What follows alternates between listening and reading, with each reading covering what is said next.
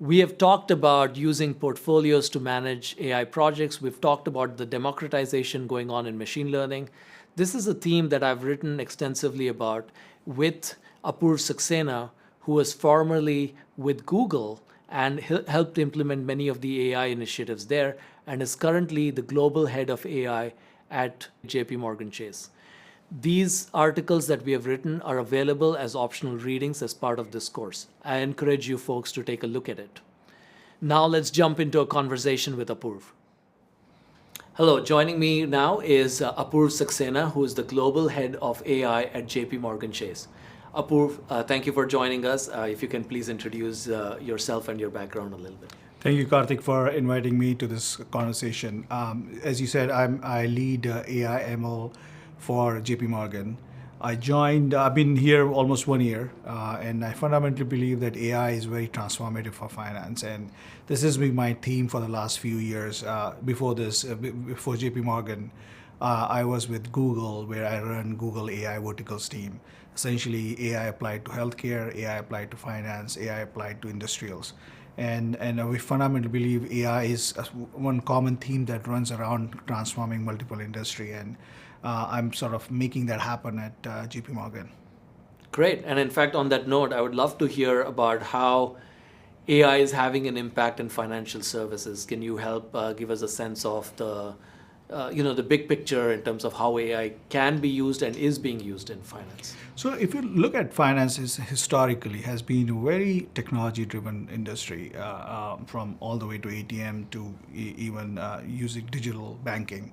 And it's a very data-driven industry. So two very fundamental sort of theses that you need for AI transformation is you have to have a lot of data and it has to be digitized. And those two sort of key ingredients have always existed in finance. Mm-hmm. And the third piece that is very interesting is there's no agency problem that typically exists in other industry for healthcare. Like the people who own the data have huge incentive to monetize it.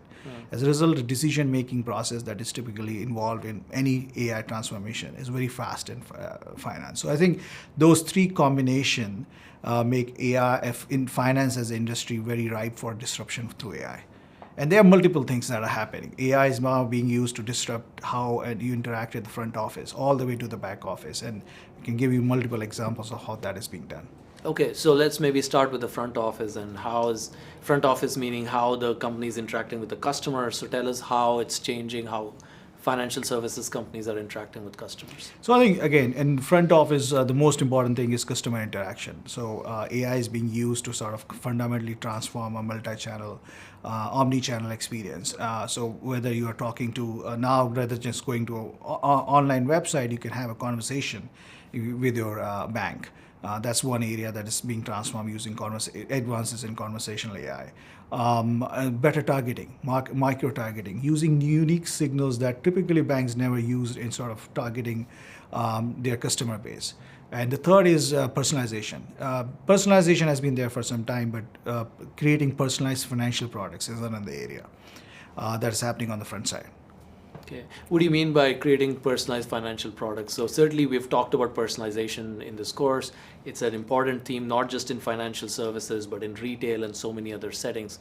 But it's also an idea that's been around for a while. So tell us a little more about personalizing the product itself. That's a very good. Personalization has been there for a long time, so personalization of messaging has been there for long in terms of better email targeting, using the right language in your email. Ad targeting. So that's exactly ad targeting. But what has happened in the last few years or last few sort of quarters is increasingly you're seeing products being created. One example is thematic portfolio.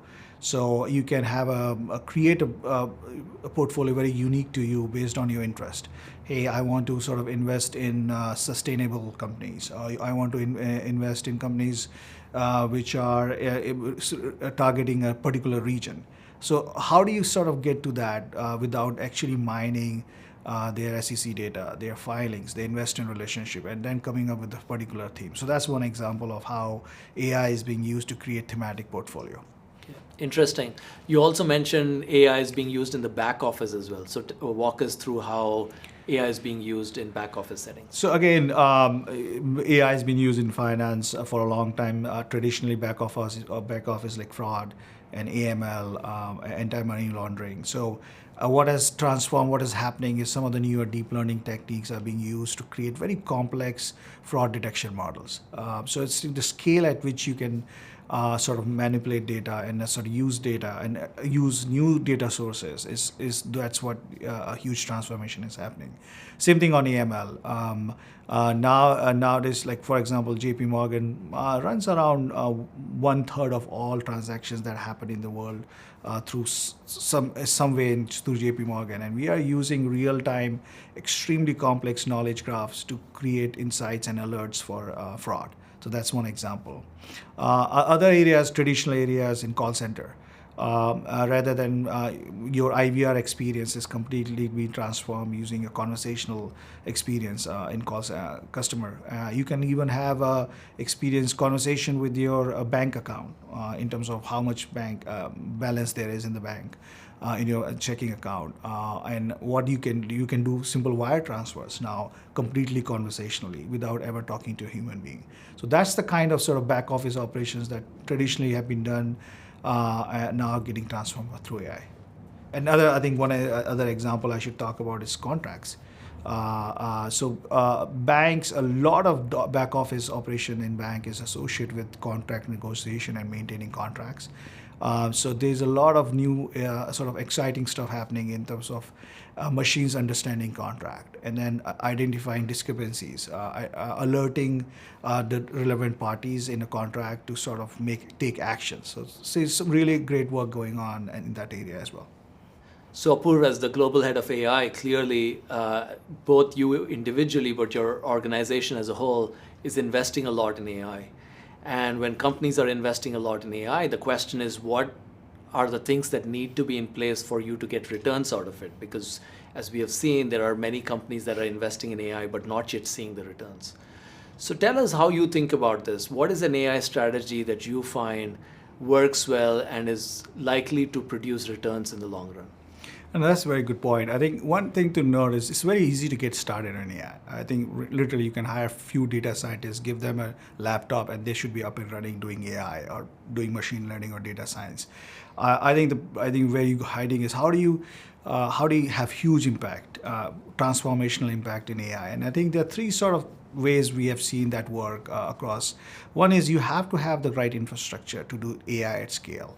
And what does that mean? Essentially, it means having your data in place, data easily discoverable, easily annotated, and then ability to train models, large-scale models. So that's essentially what I call AI infrastructure. And Facebooks, the Googles of the world invested heavily in this, and that's the reason they have been able to leapfrog the industry.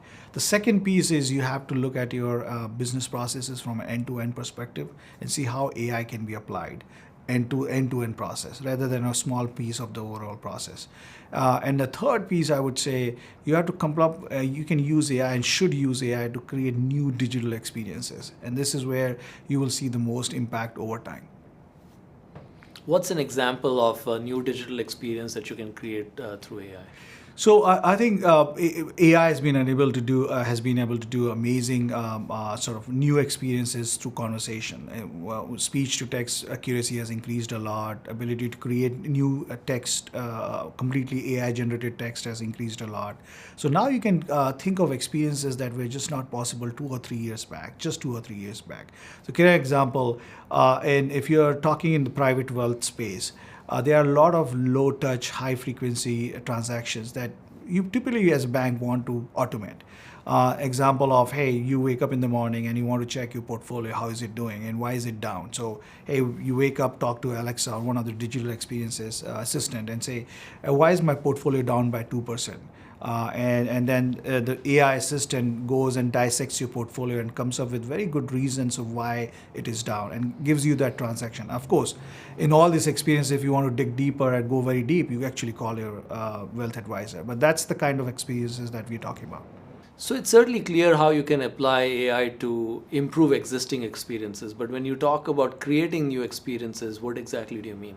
So AI has enabled a completely transformational experience in how you converse with machines and how you can generate new text, machine-generated text. So these two advances can be applied to transform how you interact with the bank.